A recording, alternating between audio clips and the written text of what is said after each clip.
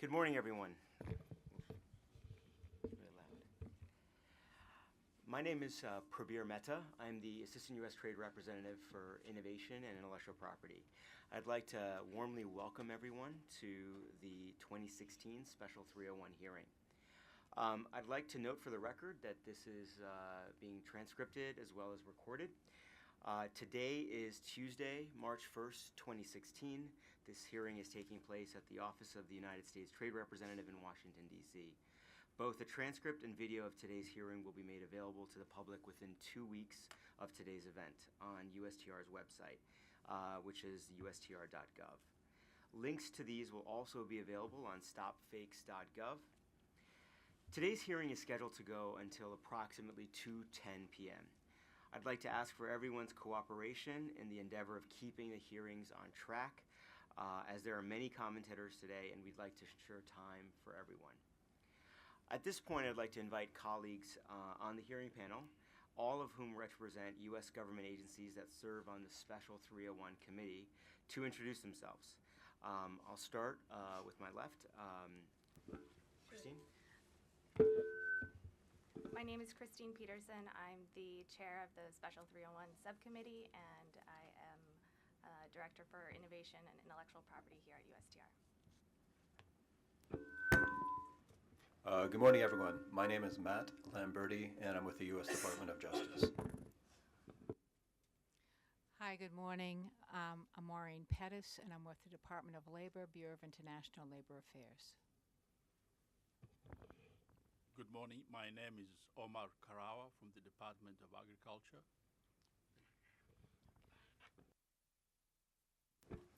Good morning. My name is Maria Strong with the United States Copyright Office. Michael Smith, United States Patent and Trademark Office, Office of Policy and International Affairs. I'm Jean Bonilla, the Director of the International Intellectual Property Enforcement Office at the State Department.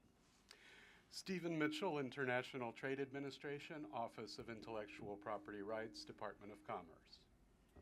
Good morning. Emily Blymond, Director of the Office of Trade and Health at the Department of Health and Human Services.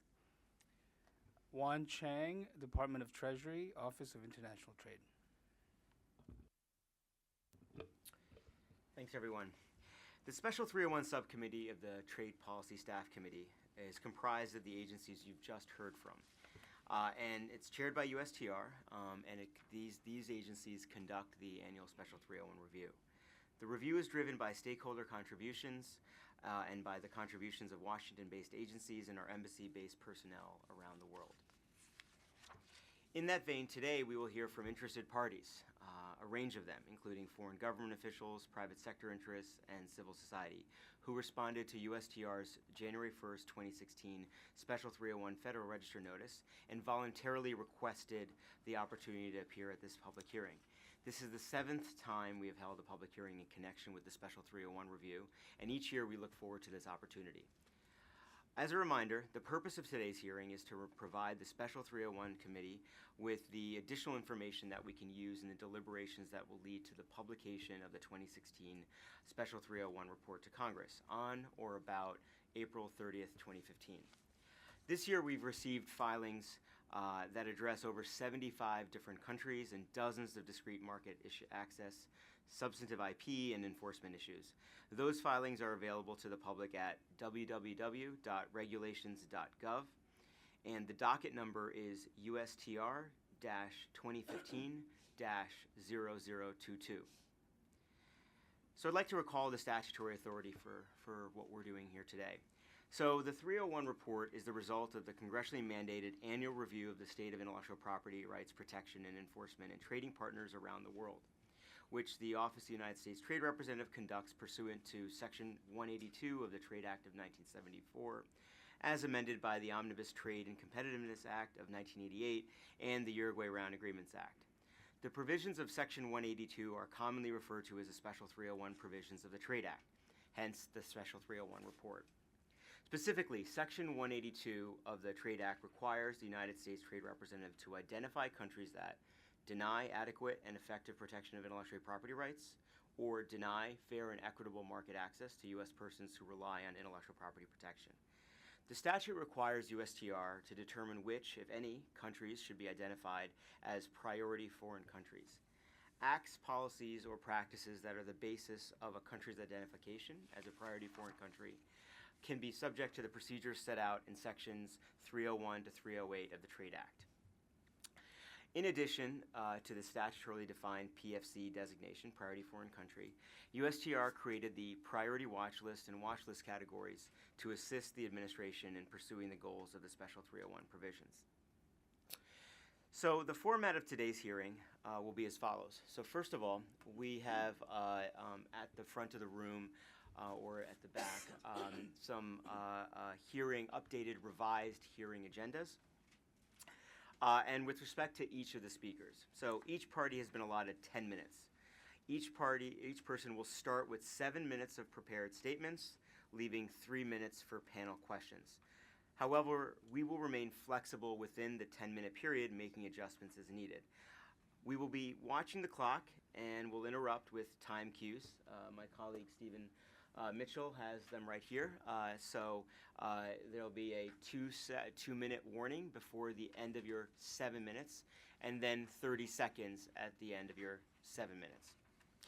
The panel will hold its questions until the presenter concludes his or her statement. In some cases, we have prepared questions based on written filings.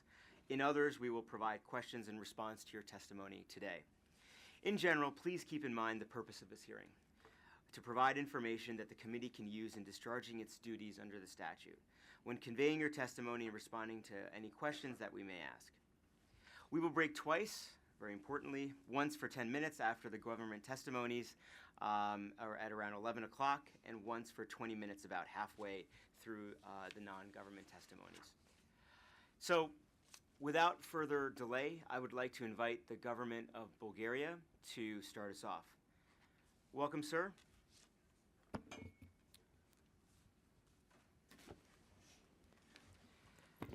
Good morning. Please introduce yourself and begin your testimony. Thank you, esteemed Commission. My name is Ivo Konstantinov, Trade Attaché and Commercial Representative in the Embassy of the Republic of Bulgaria, presenting the report of the IP coordinating body of the Bulgarian government, the Ministry of Economy, on behalf of the Embassy of Bulgaria in Washington, D.C., and depositing to you written submission of the Bulgarian government's activities in intellectual property rights protection in the past year, 2015, following the country's inclusion in the U.S. government Special 301 watch list. With regard to the annual Special 301 review under the U.S. Trade Act, we would like to present to you the basic facts from the written submission of the Bulgarian government in brief on its activities in the field of IPR protection last year. The Bulgarian authorities are quite seriously concerned about the inclusion of Bulgaria in the watch list, and they made further efforts in 2015 to improve the intellectual property protection in various areas. Let me highlight the following facts and figures that present the achievements in the field of IPR protection. In 2015, the competent institution in our country worked hard for, first of all, reducing internet piracy by increasing control over the numerous online services possibly infringing IPRs, improving coordination of activities between the institutions, strengthening the penalty measures for internet piracy in particular, and reducing difficulties in collecting royalties by the companies for collective management of copyright and enforcing administrative and judicial protection of their rights, aligning the rights of authors with the rights of their other stakeholders, such as internet service providers, especially, dealing effectively with complaints from rights holders against offenders of IPR, improving coordination between investigating and judicial authorities for effective enforcement in cases of IPR protection, reaching dissuasive convictions. Addressing the issue of internet piracy as part of the efforts for drawing up a new penal code to overcome the numerous difficulties in enforcement in this area. Bulgaria undertook decisive measures to enforce the recommendations of the 2015 Special 301 report of the USTR, and particularly aiming at, number one, transforming the cybercrime department and moving it back under the hat of the Ministry of the Interior, it's equivalent of Department of Homeland Security in our country. In 2015, the department was transformed into the so-called now cybercrime sector at the Transnational Organized Crime Department at the General Directorate for Combating Organized Crime, and is a part of the Ministry of the Interior back again. Cybercrime sector pursued its activities in the field of IPR enforcement and combating criminal infringements of IPRs. The main direction of the work of that agency is mainly combating with crimes against intellectual property committed on the internet. A great part of these crimes is committed through the creation of links, servers for storage of information in type of cloud services and storage, online transmission within real time, in the streaming sort, and peer-to-peer technology, as well as sharing an enormous number of files, sites, hubs, torrent sites, forums, blogs, chat channels, and so on, through which information is exchanged by the users of internet in Bulgaria in a different manner. The main characteristics of each type of sites infringing copyright is the fact that there is no profiling of their contents and music, films, software, literary works, photographic materials, and so on, and they are distributed usually through one site. So the small torrent site reduced their popularity in our country as a result of the systematic pressure and the preventive measures of the officials from the General Directorate for Combating Organized Crime, at the expense of big and ratified such, which try more and more to cooperate with the right holders, including removing torrent files, which they receive alerts for from the right holders. That is an interesting sign that they try to gradually legalize their activities.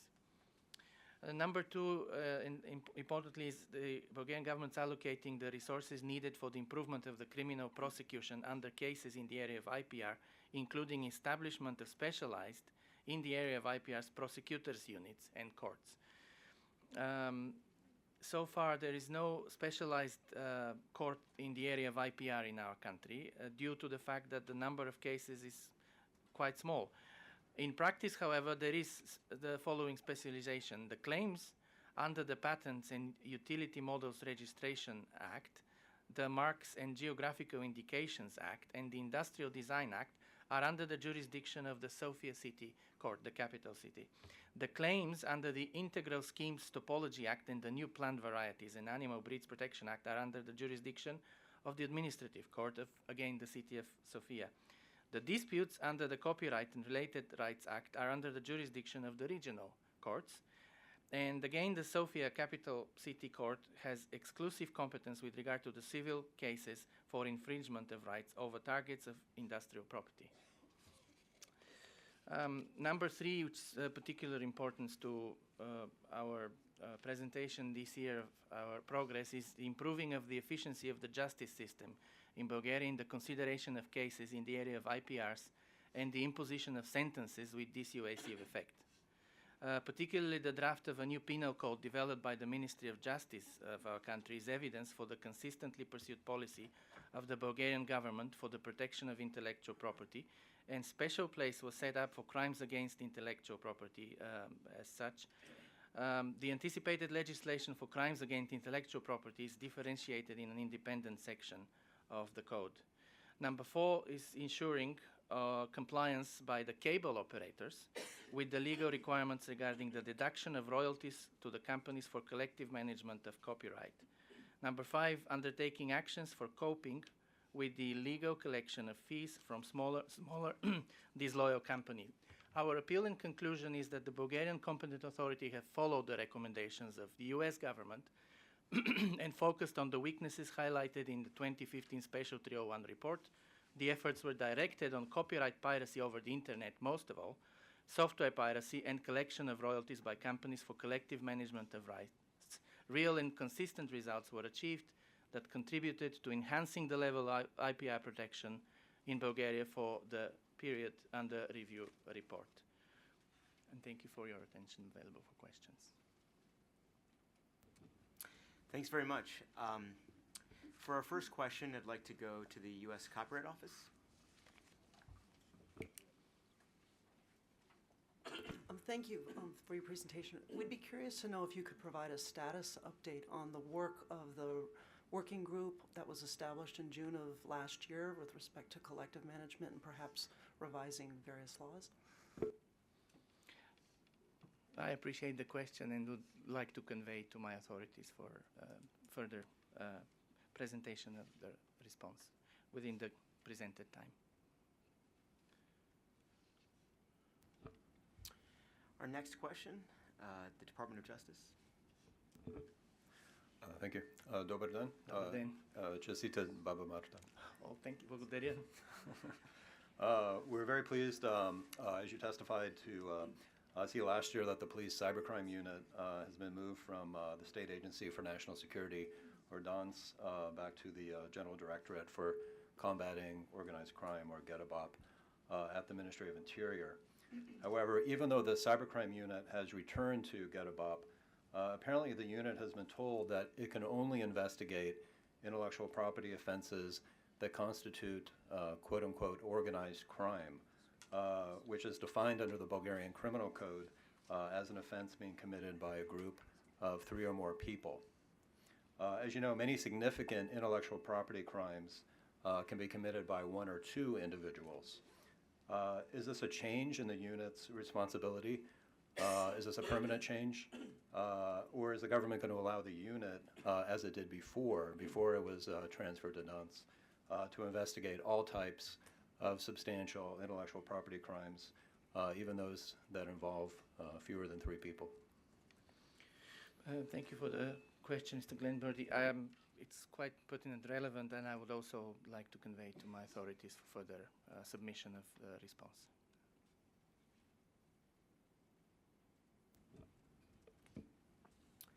Thanks very much. For our third question, if we can go to the Department of State. Thank you so much. Unfortunately, I cannot greet you in Bulgarian, but I'm very happy to have your testimony today. In your government submission, you mentioned that the government of Bulgaria had strengthened punitive measures or penalties in combating internet piracy.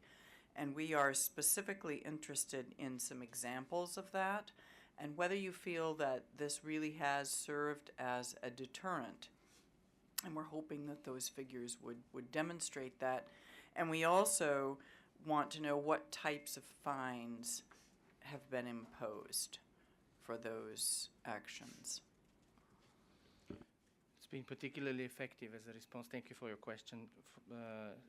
As a brief response, part of it is particularly effective for clamping down on smaller file exchange sites, infringing on intellectual property, and is pushing the bigger ones into initial attempts of legalization. As for the other, we'll submit examples within the presented time frame. And thank you for your question again, duly noted.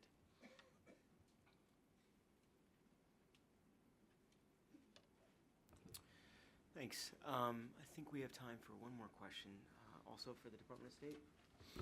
Yes, thank you.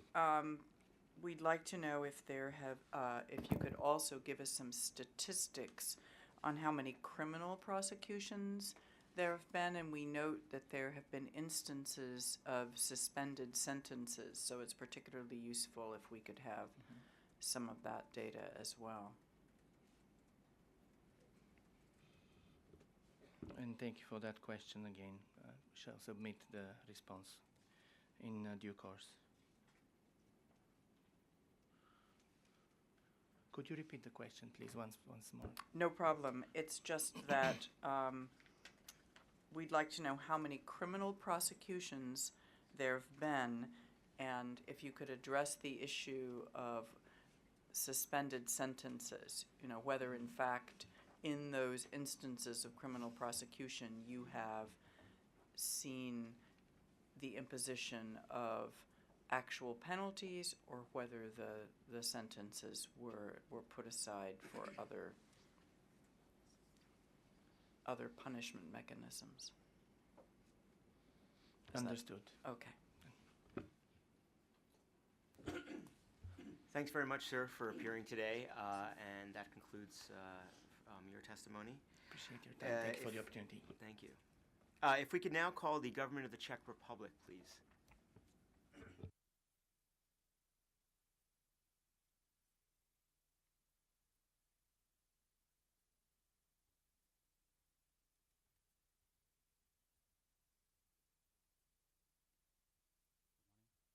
morning.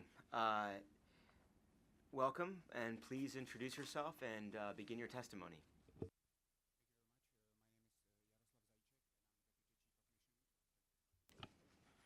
Good morning again, or dobrý den, to keep the tradition. My name is Jaroslav Zajíček. I'm Deputy Chief of Mission of the Czech Republic here in Washington, D.C. And this is Tomáš Hardy, Head of Economic Section at the Czech Embassy again. First of all, thank you for giving us the opportunity to speak here today. We didn't have to appear here, but we wanted to, and I wanted to make a case of the development that our country made, let's say, in the last decade, and to demonstrate on that where can we, through mutual cooperation and determination on our side, end. When we were part of the watch list in 2008 and 2009, actually the pressure led to a lot of effort on the Czech side, and it took us 2 years to convince you that the determination is there, that the inspections are for real, that the penal code was really amended in a way and enforced as it should be. And when I appeared here in 2013, 3 years ago, I tried to defend the Czech case. Now in 2016, I think we can sum up that actually the peer pressure has helped us in many respects. The Czech Republic and the United States are strategic partners. You look at us very often through the lenses also of the 301 special report, and we have been enjoying U.S. investment very, very much. So in a way, we would hate for a strategic alliance, which there is between our two countries, to be shadowed over by any negative aspects. But now we are moving to a stage where we can jointly work on benchmarks when helping the situation get better in the third countries. I think there's a tremendous potential in mutually inspiring lessons learned to be exchanged, and we will demonstrate that throughout the course of today.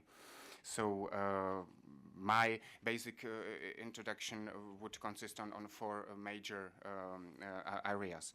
First of all, is the IPR infringement in the cyberspace, and the trend is clear. We are moving from the physical marketplaces to the cyberspace. This has been here for quite some time, and the cyberspace definitely is central to the minds of the Czech authorities, and especially if it's high with the among young generation, it deserves a lot of attention.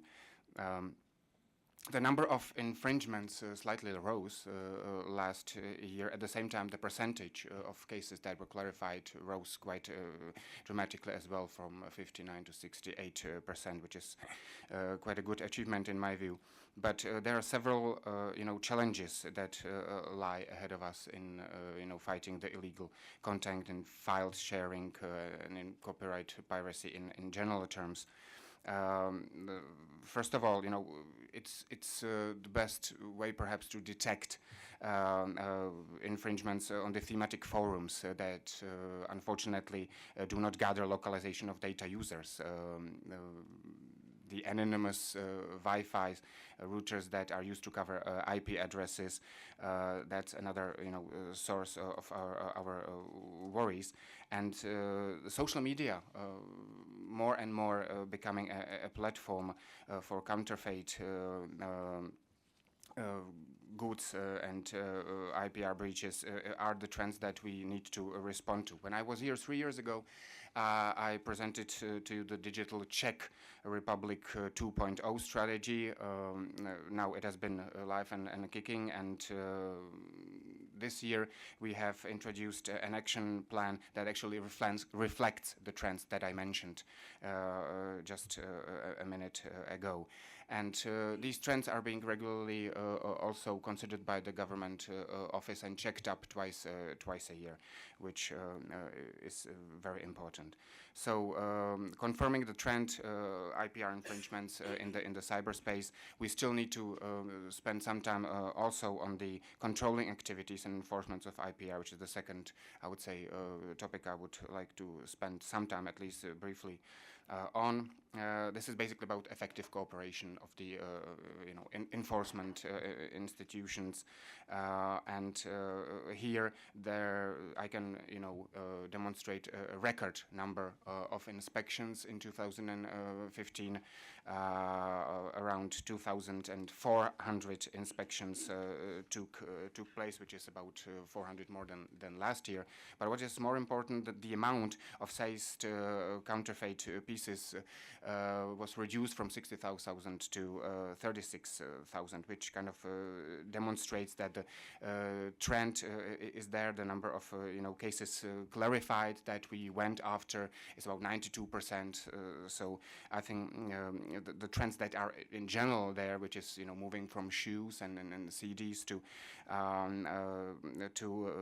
batteries or alcohol, we are after it, and we are tackling it quite successfully. The third volley would be the prevention and education, which is indispensable part and vital tool in our hands. So among the organizers of seminars and lectures are, of course, the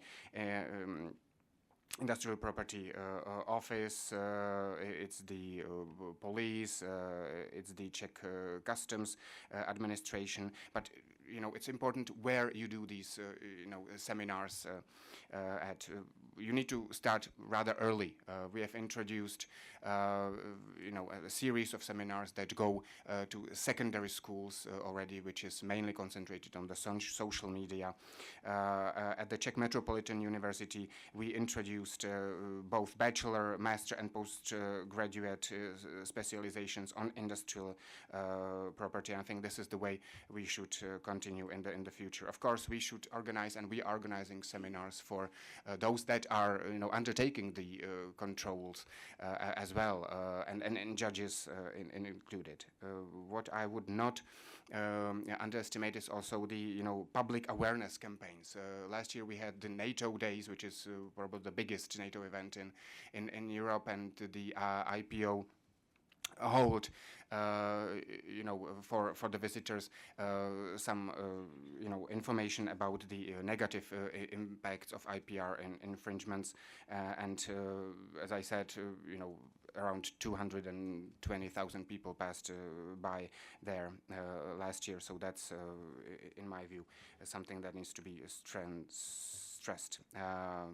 I spoke with the national level. On the international level, one short thing that's worth mentioning, and it's the creation of the Visegrad Patent Institute that will become operational 1st of July next year, which basically serves not only in increasing the awareness among the Visegrad 4 countries, and the Czech Republic is currently the presidency of the Visegrad group, but also about facilitating registration of technical solutions for protection abroad. So I think that's a good direction of regional cooperation. Last but not least, the level of legislation. That's the fourth, I would say, group of issues that we need to work on.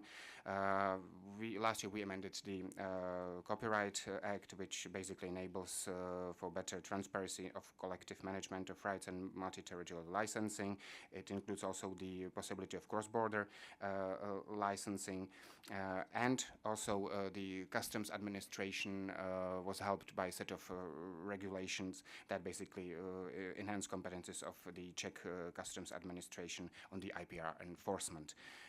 To conclude, before I would give the word to my colleague, I strongly believe that not only Czech Republic should remain out of 301 special report in 2016, but I see a lot of common ground for presenting some of the benchmarks that we have come to you, and I have noticed that there was some interest also on your side to share those with you. So I would now give the floor to my colleague.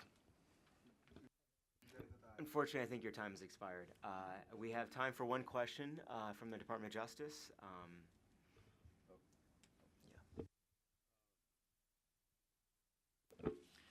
So thank you. In your submission and also your testimony today, you mentioned the Digital Czech Republic 2.0 strategy, and you also mentioned the action plan that was adopted to implement several measures in the strategy. Could you provide us with some more information on exactly what proposals the Czech Republic adopted and implemented pursuant to the action plan, specifically with regard to the protection of intellectual property rights over the internet?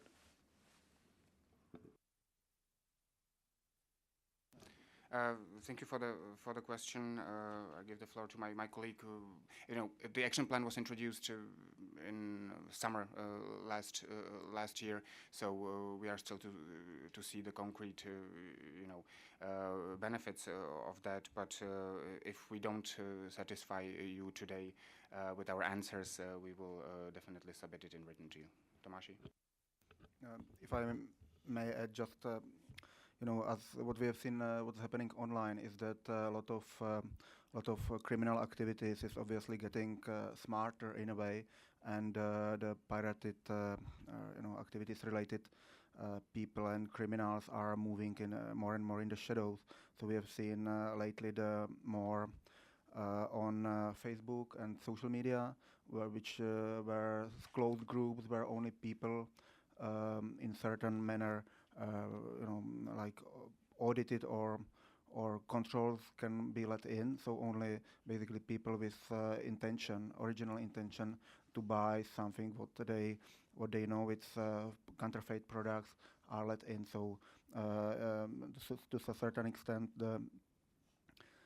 the training which has been given to Czech police is becoming more and more, let's say, online related rather than just going through the open public market. So this is one.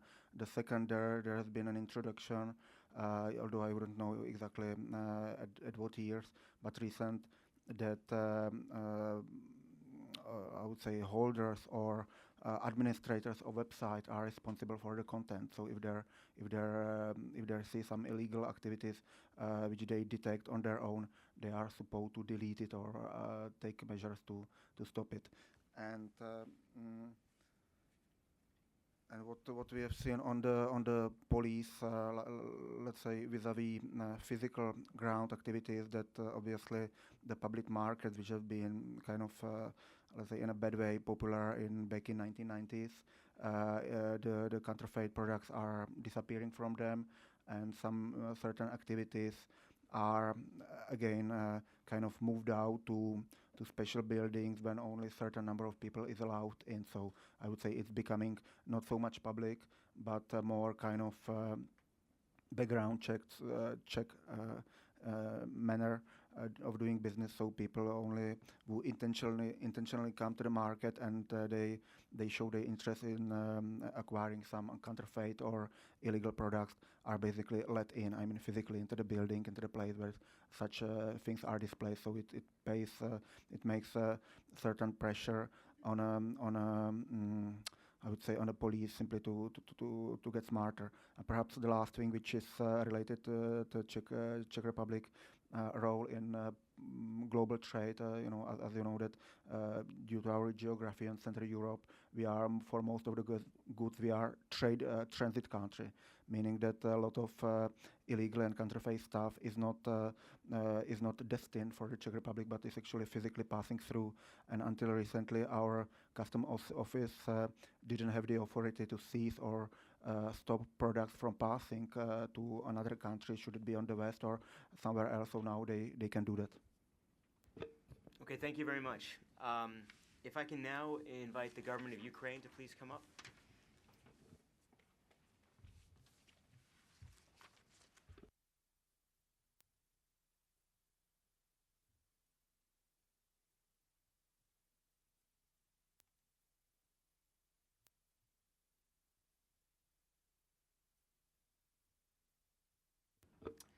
Welcome. Please introduce yourselves and begin your testimony. Yeah. Following the tradition, Dobrý deň. My name is Natalia Mykolska, and I am Deputy Minister of Economic Development and Trade and Ukraine Trade Representative.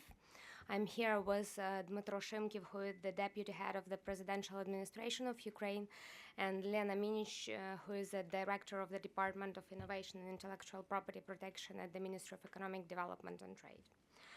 I will make a welcoming and noting introduction, and then my colleagues will provide some updates on the specific issues that we believe have the major concern for U.S. government and U.S. industries. Last year, Ukraine's upgrade was a gesture of trust in our country and a confirmation that the legislative amendments initiative launched by Ukraine earlier constitute a step in the right direction. This year, despite the military and economic aggression threatening the very existence of Ukraine's state, the government of Ukraine has worked deliberately and systematically to ensure notable improvement of Ukraine's status. Our work on IPR infringement issues have taken place in the following 6 areas that I would like to mention here. First is legalization of software products installed at the executive government bodies. Second is the tackling pending issues in the sphere of collective management of property rights. Third is the addressing piracy in the sphere of copyrights and related rights. Fourth is the strengthening IP rights protection and reform of the enforcement agencies being kicked off, including establishment of the cyber security unit with the national police. The fifth is reform of the system of the state administration in the IPR area, and the sixth is the audit of the UA IP service and firing the head of the service as a result of this audit, which just happened quite recently. And then I would just give a floor to Dmytro Shymkiv to provide you with the update on legalization of software. Thank you very much, ladies and gentlemen. It's been an honor to be here, and the question of IPR within the state bodies has been on top of the agenda for the Prime Minister, the President of Ukraine, and the Cabinet. During 2015, we went through the audit of the 25th state bodies and being able to identify 40% of infringements of the software, which been actually published on the official website of the SIPs, so everybody can see what's the liabilities and how it's addressed.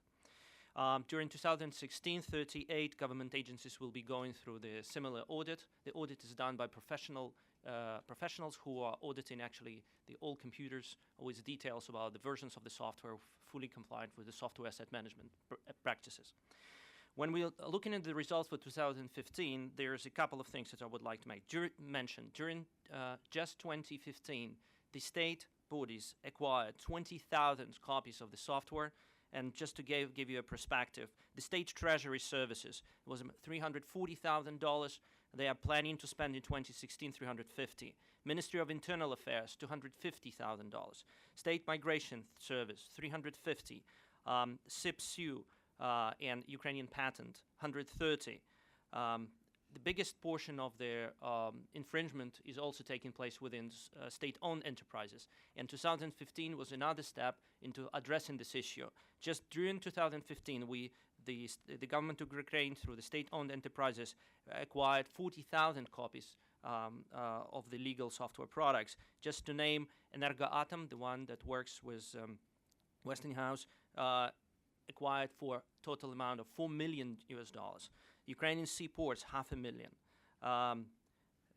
Antonov, $500,000. So there is this strong record of commitment of Ukrainian government to continue to address the issue.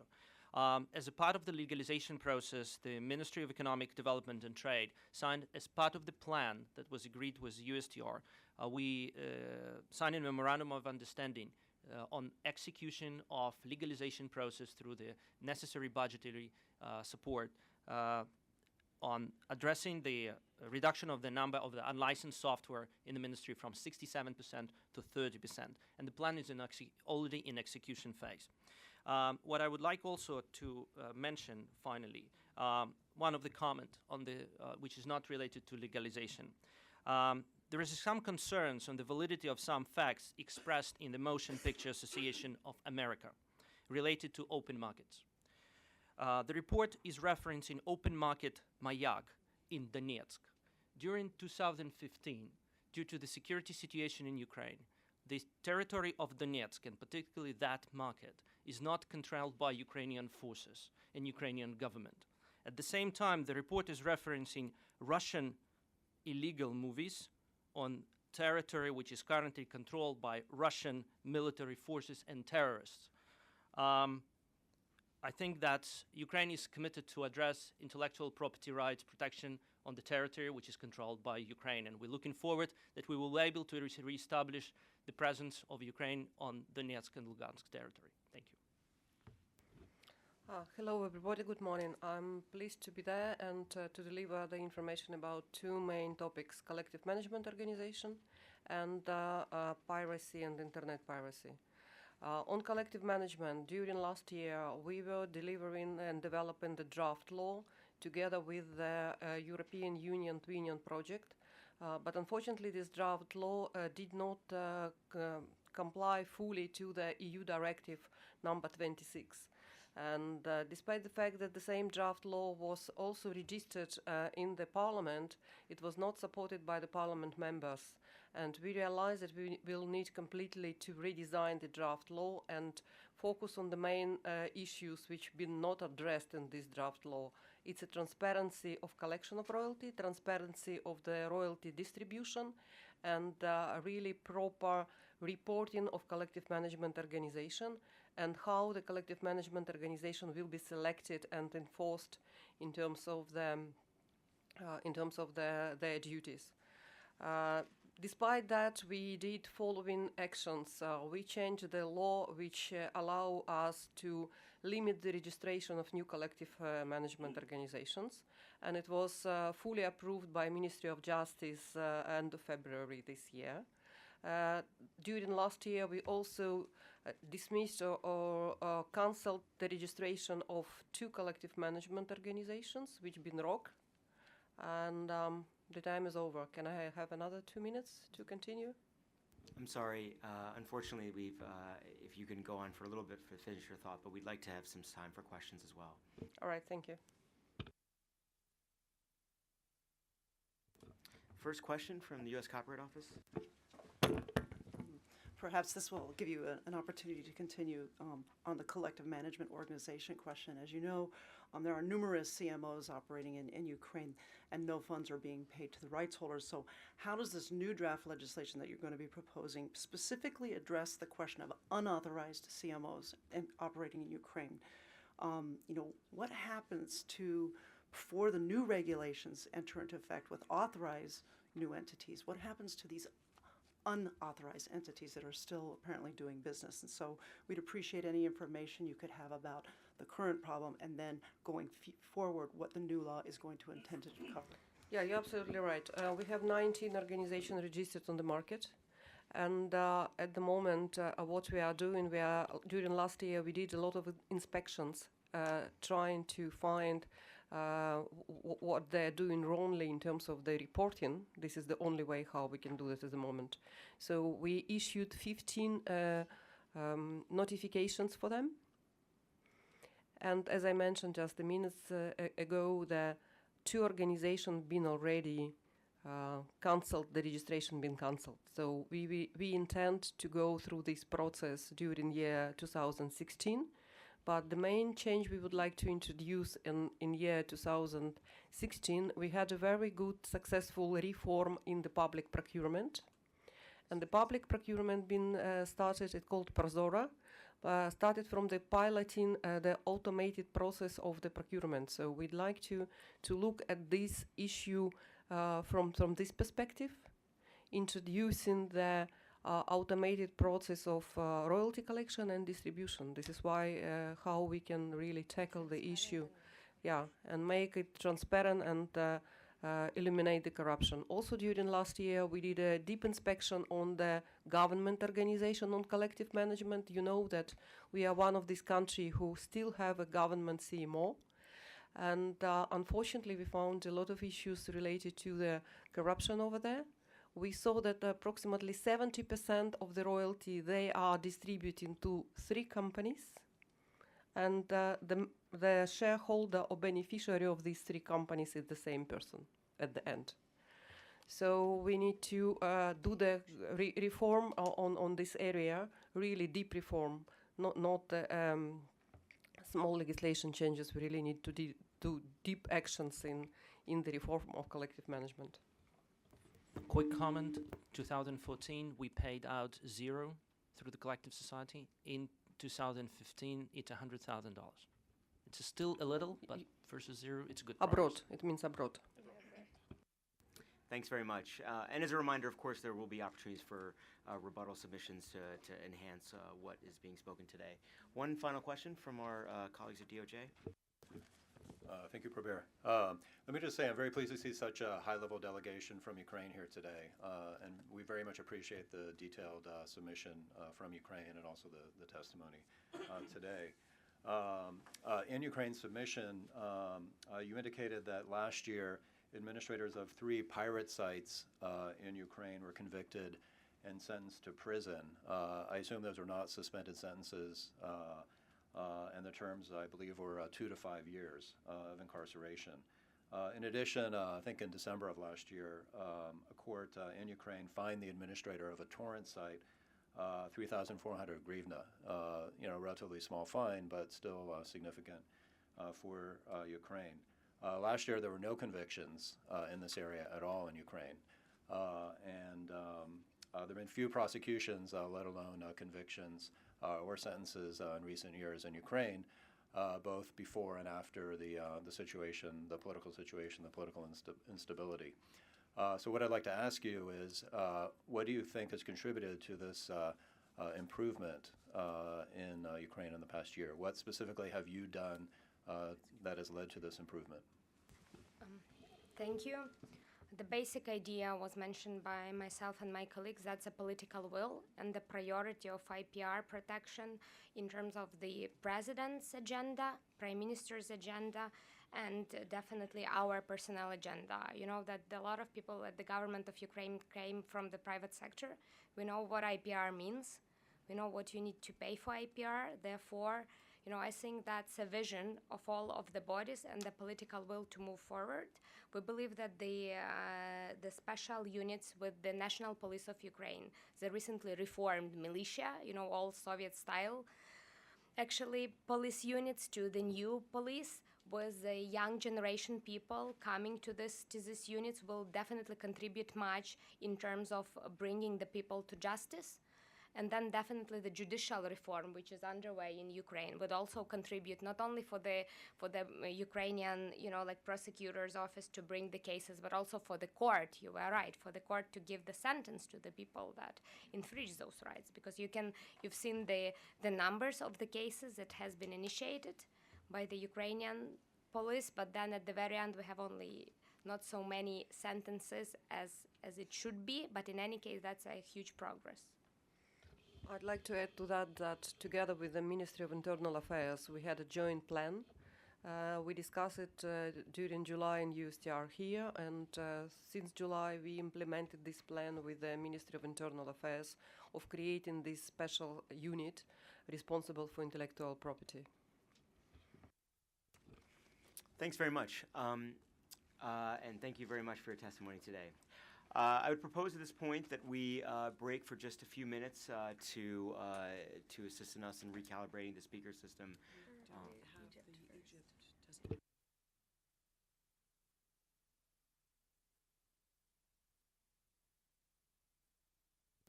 We'll begin at 10:50 with the government of Egypt.